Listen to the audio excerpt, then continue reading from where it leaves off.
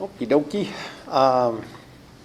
Well, first things first, my middle daughter happened to see me this morning and said she wasn't so sure the shirt went with the tie.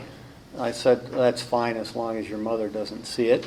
So, I don't know, what do you think? Am I pushing the boundaries of colors here? No? It looks okay? Maybe not. I don't know. So, like I say, though, as long as my wife doesn't see it, I'm fine. So, all right. Well, I've gotten some videos up here. All right. So, like here, and instructional content. So now there's, there's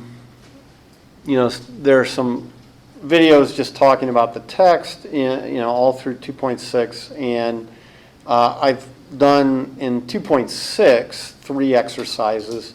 2.5 I did a bunch of exercises, and I think I have a bunch from 2.4. But I've only gotten to 3 exercises so far in 2.6, but there are some there, and I'll hopefully add some more.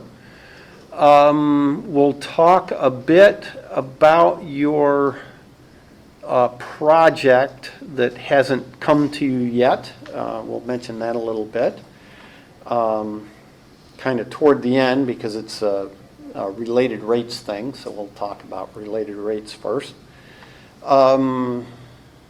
Other than maybe that question that might have been on your mind, any questions right now on anything? Homework problems, anything like that? I have a question. Yes, sir. Number 29 of section 2.4, and also I can't see the board. Right. You can now. So 2.5, did you say? 2.4. 2.4.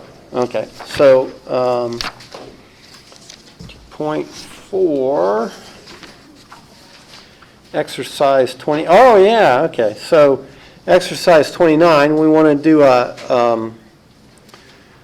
chain rule, it looks like, because we have this squaring function. So number 29, 2.4, is g of x is equal to some fraction squared. Okay? Mr. Dewey? Yes. I still can't see the board. I don't think you're presenting yet. Oh. You can't see the... Oh, yeah. Yeah, that's what it is. That's what you mean by you can't see the board. I thought it was that I didn't have the board up. No. There we go. Your entire screen. Of course, it asked me again. Right, select window or screen. I really don't understand that. There we go.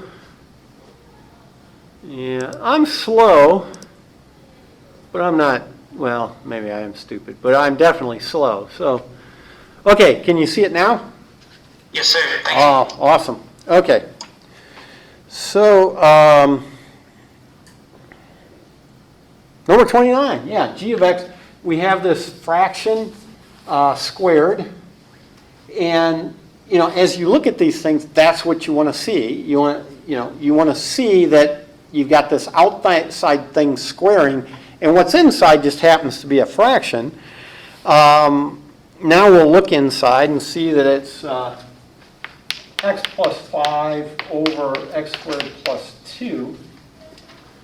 And so if I want to take the derivative of this thing, what I want to think about is that I have that function, and then I have this thing where it's not simple, but I'm done as far as sort of, if I had to do a few chain rules in a row, I'm done with a chain rule. I have a product rule here. So I'm looking at those two things, and I can think about the derivatives of each of these things. And so the derivative of something squared with respect to that something, whatever that is just 2 times that. So I have that. And then the derivative of x plus 5 over x squared plus 2 with respect to x, since that's the thing I have now, it's just a quotient rule. Now I could do make it into a product by multiplying x plus 5 by x squared plus 2 to the negative 1 and having a product rule that also had a chain rule as part of it. That's entirely up to you and sort of style and what you prefer. But here, I'll just do a quotient rule. So I have the derivative of the top with respect to x times the thing on the bottom minus the derivative of the bottom. Whoops, that's a 2. With respect to x times the thing on top. Okay, so I have that, and then all divided by the x squared plus 2. Now, you in no way have to do these things sort of separately this way. Depending on how complicated it is, that sort of thing, I may or may not do them separately. But at any rate, I'm doing that right here, and so we have the derivative of x plus 5, just 1. And so I get x squared plus 2 minus, and then the derivative of x squared plus 2, just 2x. So minus 2x times x plus 5. I forgot my square there on the x squared plus 2. So x squared plus 2 quantity squared.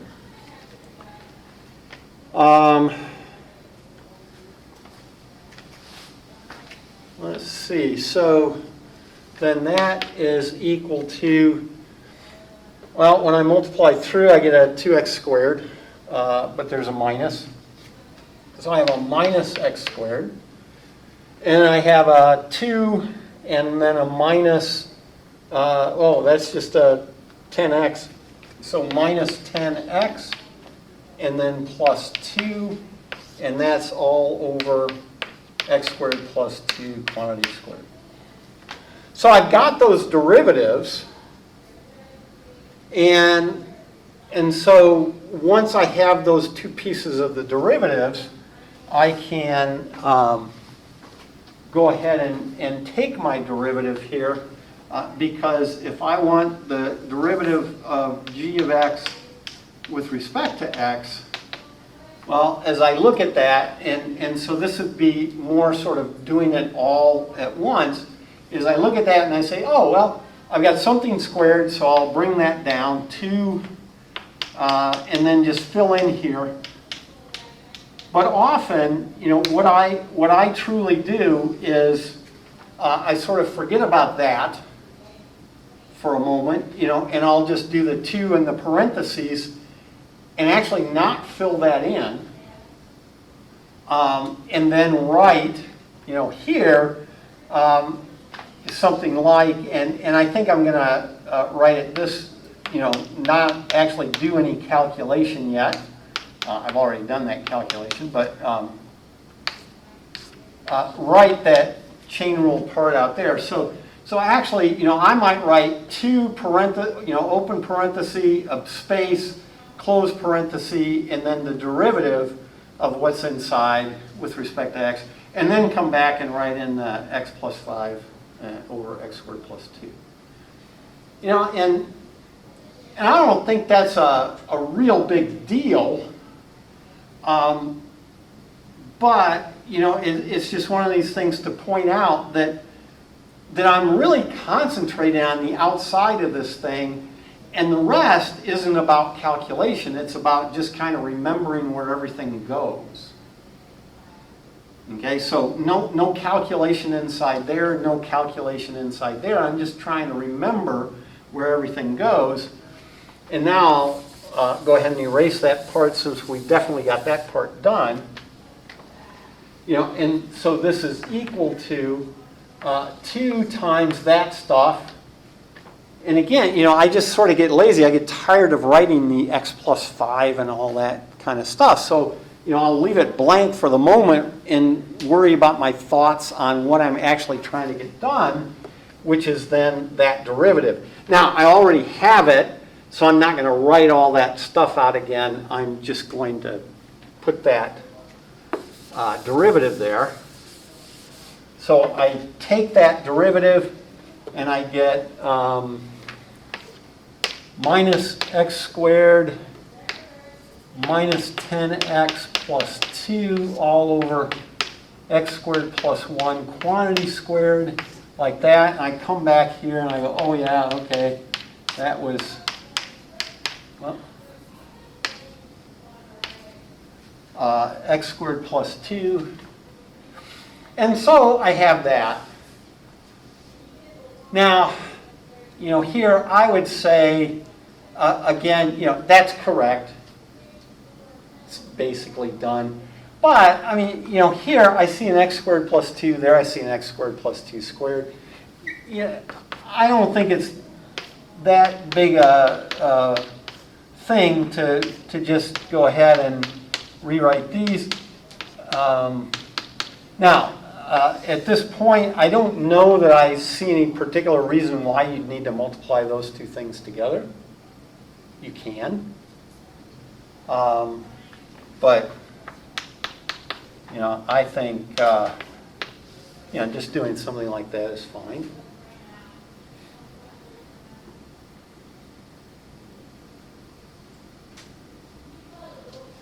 Okay, any other questions about that?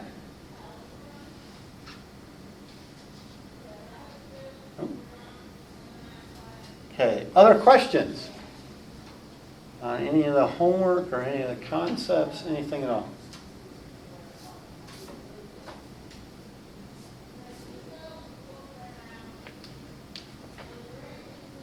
No? Okay. Yeah, so, the big thing with the chain rule, I think, is just, taking your time to look for those compositions. And don't try to do it all at once. Concentrate on each of the pieces and where they go, and then come back and put them in, especially as things get more and more complicated.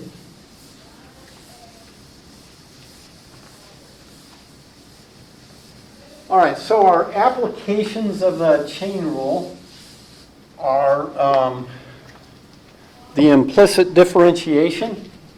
So, in 2.5 we had our implicit differentiation.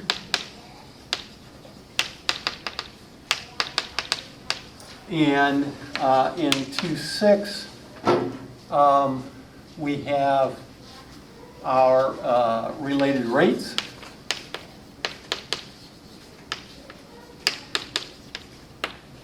Okay.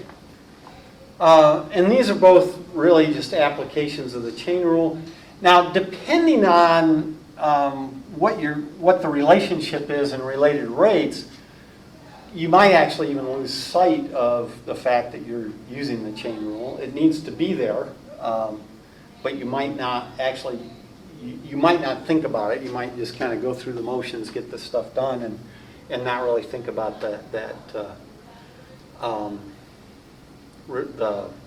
fact that it's a composition going on. So, implicit differentiation. Again, I think we did a little of this on Monday, right? Did we do a little implicit differentiation on Monday? That was a long time. No? Okay. So, really? Because I do the videos, I get mixed up and sort of lost that way. But, so on the implicit differentiation, again, the idea is you're just going to use the chain rule. In essence, you just look at all these variables and decide, oh, they are a function of, well, usually in implicit differentiation, if it's a book problem kind of thing, oh yeah, they're just all a function of x. Okay, everything I see is a function of x.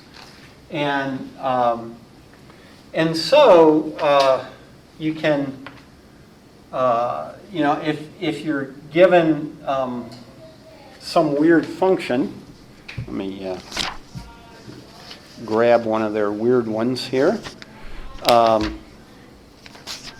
Oh yeah, I like the figure 8, I guess. So they have in their example 5,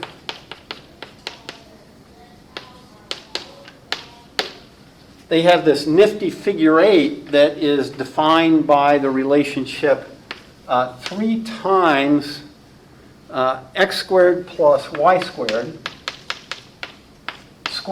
is equal to 100 times xy.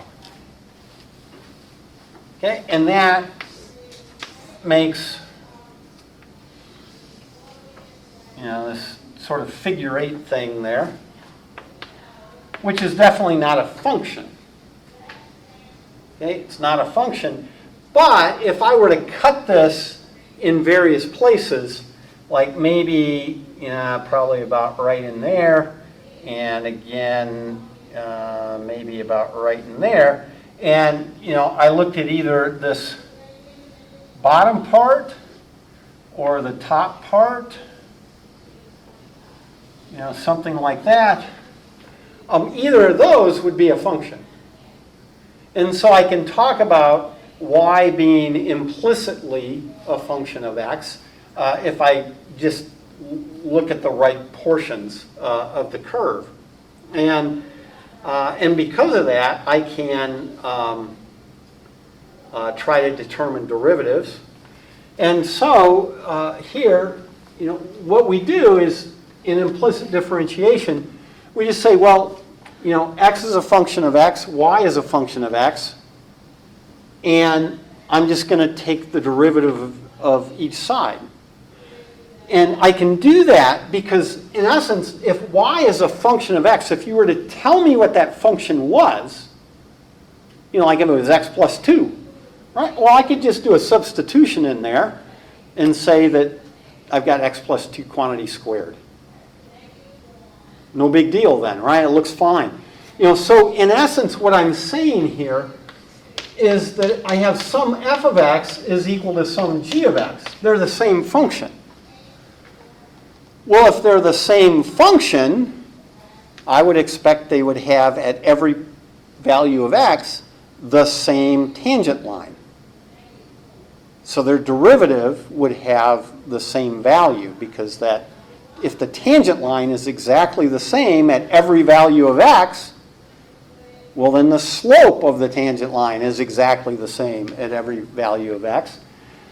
And so if I have two functions that are equal to each other, then their derivatives must be equal to each other. Must be true. Now, we can prove that, okay, but I think it's one of those kind of intuitive things, right? If I just rename the same function, once I call it f of x and another time I call it g of x, but that's all I did. I just renamed it. It's the same function. Maybe it's x squared minus 6. Well, then the derivative doesn't change just because the name changed. And so I can take the derivative of both sides of this thing and get a new equality. That's the point. With this implicit differentiation, if that's a function of x, well then this side is just some function of x. Call it f of x. And if that's a function of x, that y there, then this side is really, in its heart, just a function of x. It's not, it's not anything real. I guess it might be a complicated function of x, but the idea is it's just some function of x. But they're equal at every value of x. Well, if they're equal at every value of x, the two functions are the same function. And so their derivatives ought to be the same. Therefore, I can take the derivative of 3x squared plus y squared with respect to x, and I should get exactly the same thing as if I take the derivative of 100xy with respect to x. Okay? Because they're the same thing to begin with. I just can't tell. Okay? Because nobody's told me specifically what y is as a function of x. And so, since I have those two derivatives being equal, well, now I'll actually do a calculation and try to come up with what those derivatives are. And so on the left side, I start taking the derivative, and of course, what do I see? On the left side, I see 3 times something squared. So I'm going to take that derivative and get 6 times that something. And then I'll concentrate on the thing inside. So I have to do a chain rule there. And so I'll write that as 6 times something to the first, right? And then the derivative of that something, well, that was x squared plus y squared with respect to x. So here's my x squared plus y squared. And that equals this derivative, well, the 100 doesn't do anything. And then I just have the product rule. I have the derivative of x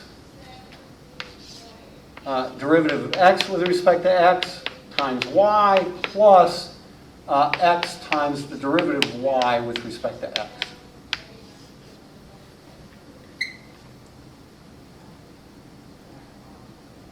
Okay, so from there, well, this part's done. There's nothing to do there. I mean, there's no more derivatives to take or anything. So that's just 6x squared plus y squared. Now here, I just have a sum and a couple of power rules. Piece of cake. So I have a 2x there and a 2y, but the thing is y is a function of x, and I'm taking the derivative with respect to x, so I have to multiply by the derivative of what's inside. Well, I don't know what it is. I'll just call it dy dx, because that's our name for it. Right? That's the derivative. And so on this side, I have my 2x plus my 2y, and I can either write it as dy dx or y prime. Just be careful, when you do primes and so forth, that you keep track of what's a prime and what's a power 1. Right? Usually I don't write something to the power 1, but once in a while I do. And, so that's a good way to start messing things up, but that's a y prime. So I have that one equals 100, well, dx is just 1. I love that notation because it looks like it ought to be 1. It's just 1. So I just get y. And then here, plus x times dy dx. Well, I don't know what dy dx is. It's just, I have to leave it there. That's the point. I don't know what it is. And so that's y prime dy dx. And now, what is always the case, I don't know, you might be able to come up with some really strange examples. I don't know, if I worked at it, I could maybe come up with something. But generally speaking, one clue that I've messed this up is if it's really hard to solve for y prime. Okay, then I've messed it up. Now, what do I mean by it's really hard? There's all kinds of stuff here, but in the end, it is not hard to solve for y prime because every time I do this, when I take that implicit derivative, what should happen is on the left side of the equal sign, I should get stuff and then possibly plus or minus and so forth. But stuff that doesn't involve y prime plus stuff, maybe I should call it O stuff. It's the Irish stuff, right? So O stuff, other stuff, times y prime. And then on this side, it should also do the same sort of thing. Stuff, maybe with one F, because it's different stuff, okay, plus, other stuff times y prime. Every single time. Now, this might be a plus or minus. You might have to do some work to get it in a form like this, but every single time, it should be like this. Now, you know, it's possible that any one of these is 0, because when I take derivatives, I can get 0. But in the end, that's what it looks like. And so if we look at, if we continue this, you know, we have this. It's just on the left, yeah, I have to do a little multiplication to actually get it to look like this. So multiply through by that 6 times x squared plus y squared on the left, and I get 12 and x times x squared plus y squared, and then plus 12y times x squared plus y squared, y prime. So there's stuff plus, could have been minus, but stuff plus stuff times y prime. Okay, so, and, you know, and it should always look like that. Or at least at some point you should be able to get it to look like that if you want to. You know, it could be easier not to quite set it up that way to solve for y prime, but you know, we have that. Now, on the right-hand side, again, to get it to look like that, I need to multiply through by the 100. I have 100y plus 100x times y prime.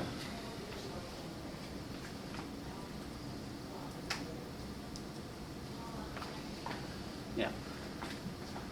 Okay, but you see, when you have that, see, this y prime is what you're solving for. So you take, you know, this, you move it over there. You take this, you move it over here, and you factor out the y prime. And then you just have something new stuff times y prime equals other new stuff. And you just divide by both sides by that new stuff. So I have, you know, and I could move this that way and think of that being positive, this being negative. But, you know, whatever works for you. So I have 12y times x squared plus y squared. Now, when I move that over, I'll get a minus 100x. But those both had the y prime term in them, so I factor that out. And then equals my 100y minus 12x times x squared plus y squared.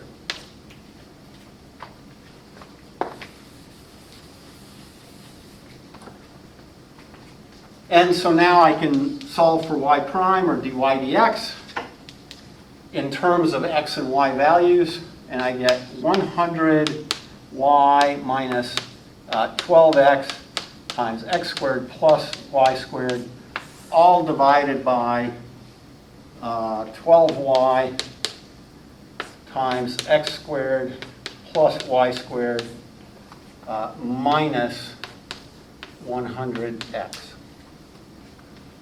So there we go. There's the derivative. Now, the only way I can evaluate it is if I have an x and a y value.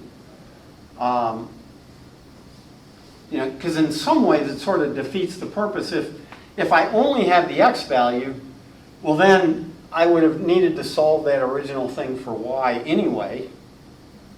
Well, I guess if I was going to do that, why not just do that and get the derivative?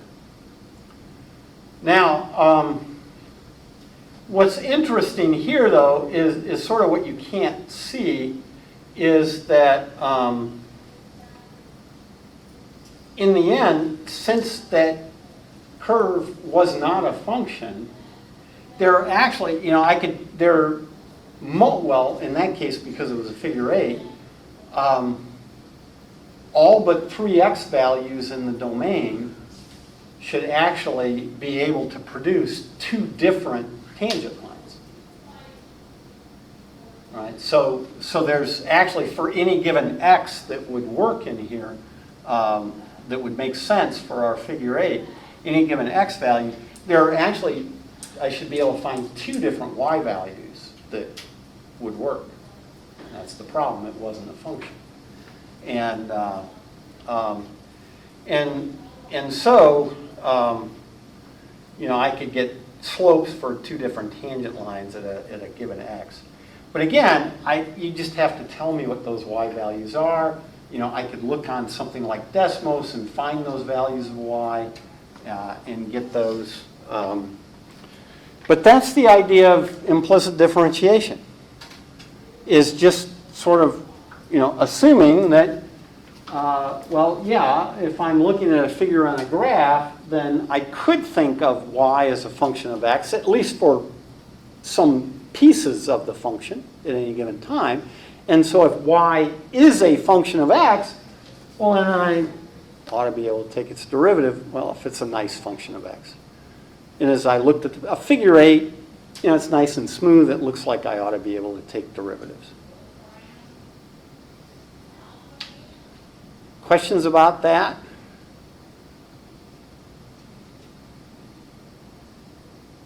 No? Okay, now it was a figure 8 on its side. So it did something like that.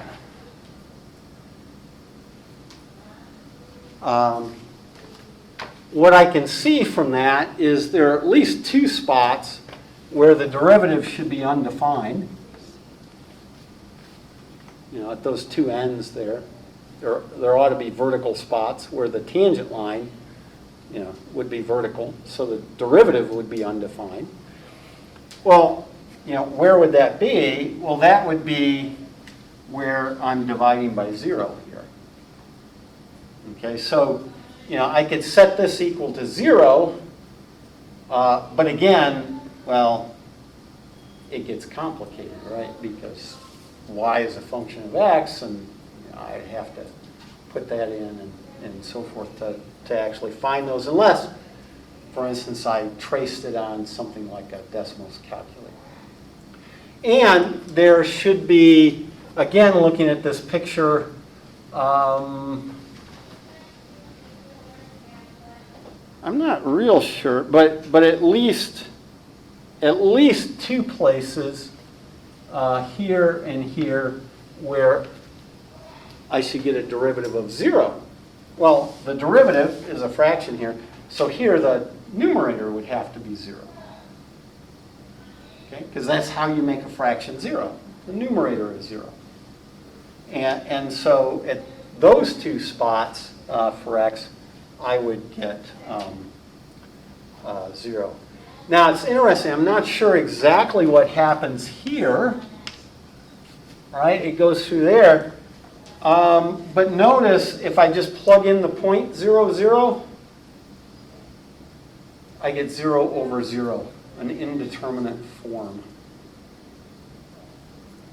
And so I'm not sure what I would get.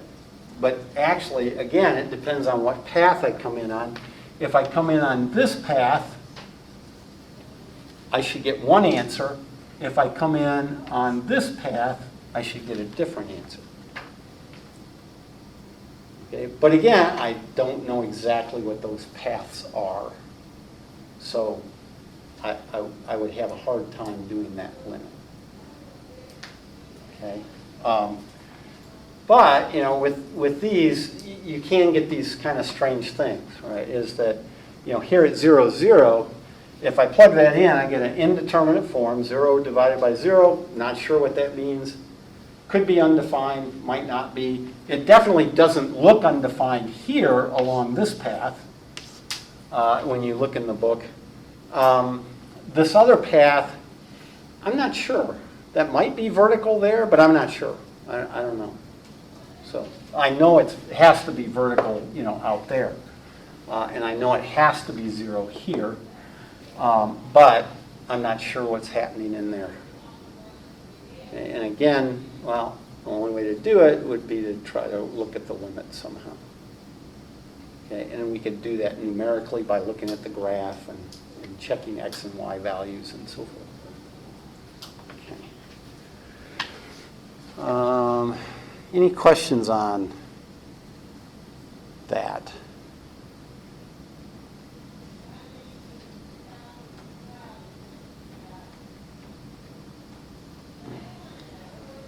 Okie doke. Well, so in 2.6, they talk about related rates. Well, the only difference there, it really is implicit differentiation when all is said and done. It's just the same idea.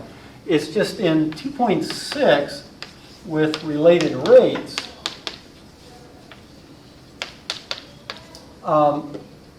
we're assuming everything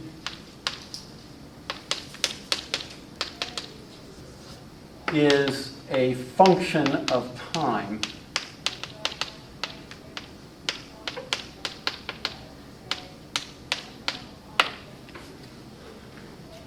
Okay, and implicit differentiation in that section, the way they have things set up, you just sort of assume everything's a function of x. Well, here, if you see an x, you still probably think it's a function of time. Now, they make a big deal about the time part. I don't know. I think it's maybe the engineering side of the perspective on the text. Because it doesn't have to be time to do this sort of thing. I mentioned in a video, it could be like dollars, it could be money. Because everything that you're working on, could actually have to do with, well, how much money are you putting into it? So if you have a business, right, you could make the business more efficient. Well, how? By putting money into it. You could make the business bigger. Well, how? By putting money into it, right? So everything may depend on money in that case, just the same way as many of these processes depend on time. Well, so the underlying variable there might be money or dollars or euros or something like that, right? So, but we'll stick with time. That's good enough. I mean, but just understand that it can be bigger than that. It doesn't have to be just about time. And so we'll assume everything's a function of time, and so they look at ripples in a pond as their example 2. Okay, so just to kind of show you what's happening here. The key is you need to find a relationship. Usually, in many of their problems, it's some sort of geometric relationship, but it may be another type. But in a lot of their problems, you're just looking for some sort of geometric relationship between the variables of interest, and then you assume everything changes with time. And so in this example 2 with the ripples on a pond, you drop a pebble in. When you drop that pebble in, it starts creating these ripples that go out, from that center, and they're traveling with time. And so they're making a bigger and bigger circle as they go. And so here they're asking, the radius r of the outer ripple is increasing at a constant rate of 1 foot per second. And so what they tell us here is that, you know, there's r. Well, actually, we'll go to the furthest ripple. There's r. And they tell us dr dt is some constant c. And so then they want to know, well, how is the area changing? Okay? So they want to know what is, well then, you know, here we have the whole thing. You know, we could have an area, A. And so the question is, what's dA dt? Well, we can solve that just fine if we can find, since we know something about r, then probably if we can find a relationship between the radius r and the area A, then we can take derivatives with respect to t. And, well, so area is pi r squared. So we have that. Now pi is a constant, so that's not a function of t, but we know for a fact the radius is a function of t. Well, so if the radius is a function of t, yes, this question does make sense then, because if radius is a function of time, well then the area is a function of time, because area is a function of the radius. And so all we do is, then once we have this relationship, we just take its derivative, again, on each side. But it's the same idea as implicit differentiation. Well, A here is a function of t. I don't know what it is yet, but it's a function of t. R here is a function of t. It says that these two functions are equal. Oh, well then their derivatives with respect to t must be equal. And so I take those derivatives, and we'll get a pi here times the derivative of r squared. Now, it's very important here, you know, it's with respect to t. Now, if r wasn't changing with respect to time, oh, well, then it's a constant, and I get 0. If it is changing with respect to time, then what I have is a function of t inside the squaring function, and I need to do that chain rule. And so dA dt is equal to pi, and then I get my 2r, because I look at it, I just take the derivative like I would if you said, well, take the derivative with respect to r. Oh, well, that's 2r. Because that's the outside function. I just bring the 2 down, make the 1 up there. But then I have to remember the chain rule, because r is some function of t. I just don't know what it is. And so to say, well, multiply by its derivative, well, I do it literally. I just say multiply by its derivative, because I don't know anything other than that. And so now, if I can tell you what r is and what dr dt is, I can tell you how the area is changing. But I need both of those. If I don't have one of those, I can't tell you. Okay, so somewhere they have to tell me what those are, or give me enough information to derive them, something like that. But here, they say that it's a constant 1, dr dt is 1, always. Oh, great. So that'll make that part easy. But I still don't know r.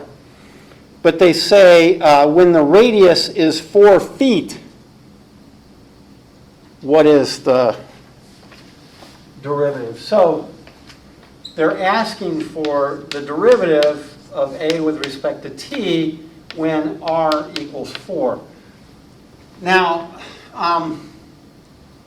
This is not a standard notation, but for this Leibniz notation or fractional looking notation for derivatives, it's the best I've ever come up with. Nobody has one. You know, you don't see it usually anywhere. They just say something like at 4, or they change to a prime. But the problem is, if I just say a prime of 4, I think that would be bad because, well, prime, okay, derivative with respect to r or with respect to t? Which one? Okay, because I could take the derivative back here with respect to r and be done, get 2 pi r. But we want it with respect to time, t, and so, you know, it seems wrong to say something like a prime of 4 because t is not 4, r is 4. You know, so this is the best I can come up with, or you can write something out or something like that. Now, and where does this come from? Chapter 4. So in chapter 4 we do integrals, antiderivatives, and definite integrals. And in that case, there is a bona fide notation that mathematicians use to point out what variables are equal to, and they use a line like this. So that's what I'm doing there. And so we get our 2 pi. Again, I wouldn't write it as pi 2 and keep it that way. That's ugly. Okay, 2 pi. And then now put in the 4 and the 1. And then, so we get 8 pi, and I think it was feet per second were the units.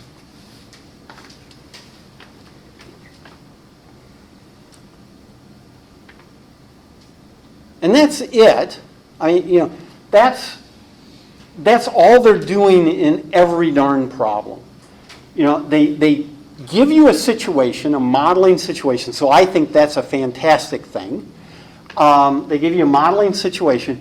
You need to come up with the relationship. Now, they may tell you what it is if it's something not too standard, but they'll probably expect you to know what the perimeter of a circle is, or the area of a square, or things like that.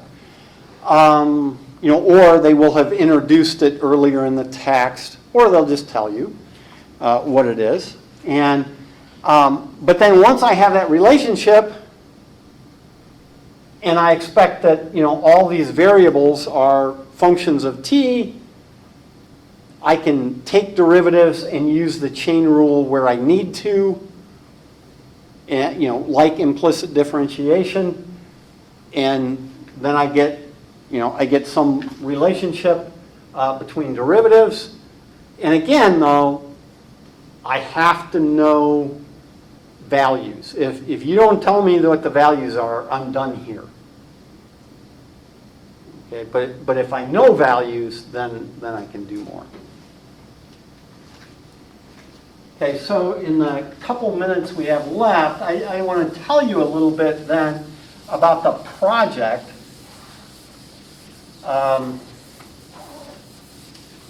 Probably what I'll do is just make it due, you know, later next week sometime to give you some time. Although it will be a pretty straightforward sort of thing. It's a biology application. I thought many of you might like that.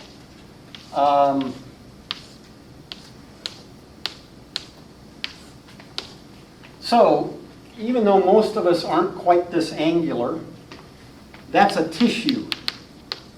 Now, not like you sneeze on, but like you're made of. Okay? So, that's a biological tissue, and, you know, it's made up of a bunch of cells in there. And there's this process in embryo development. So embryo, you know, when we're small and eggs get fertilized and all that, create embryos, things start growing.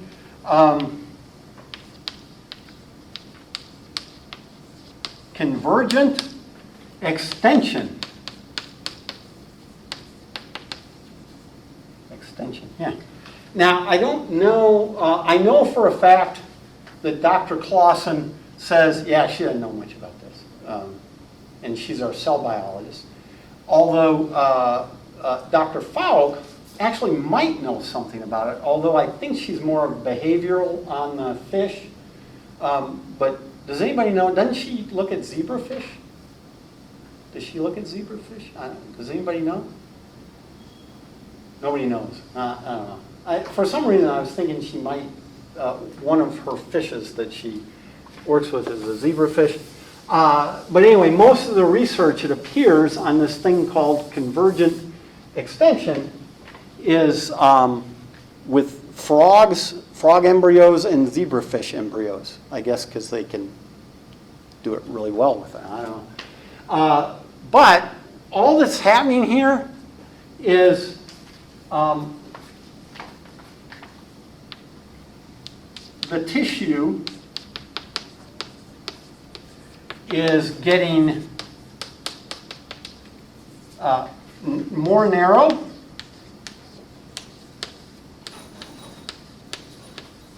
and longer.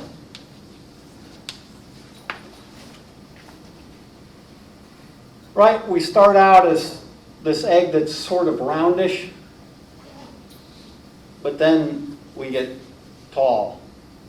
And that's pretty much true with most of the animals and certainly plants in the various kingdoms. And so what we want to look at is just that, this process of, so notice, here's a tissue that's made up of a whole bunch of cells. Well, the main, it appears to me, the main mechanism for this thing called convergent extension is just rearrangement of the cells. So, there were a bunch up here and they all move and they go down here or something. So one of the assumptions is that the volume of the tissue doesn't change, it remains constant. Does that make sense? Right? We're not adding cells, we're not removing cells. So it's still got to hold the same number of cells. And the cells, they probably aren't changing volume. At least that's what it appears to be as I look at the little bit of stuff on it. And so, and here, if we assume the tissue is this angular sort of thing, right, we could have a length, width, and a thickness, right? Our volume is length times width times thickness. And in this process of convergent extension, right, they're all changing with respect to time. Product rule, related rates. Here's our relationship. Now we could also get a surface area. Surface area, one nice thing about using this, we get a very easy surface area. Right, I get each of these rectangles twice. And so I get something like 2LW plus 2LT plus 2WT. Now here's just a quick quiz for the biologists in particular.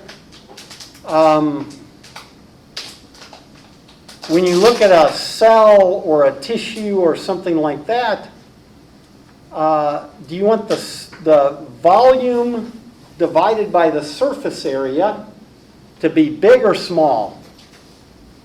What's better for us? Volume divided by surface area, do you want that to be a big number or a small number? Small, yeah. Because what that means is if I've got a lot more surface area compared to my volume is what needs nutrients and various chemicals and all that. My surface area is how it gets there. Big surface area compared to volume, I can get stuff in and out all day. It's great. Big volume compared to a small surface area, not so good. Okay, so our project, we're going to look at these two things as the length gets bigger. All right, and we'll just use this related rates thing to look at derivatives, and so we can then kind of check to see what's happening with the well, volume we're deciding is constant. We want to look at what happens with the surface area under those conditions. Okay, so with that, I guess I will see you on, what is today, Thursday? So Monday. I will see you on Monday.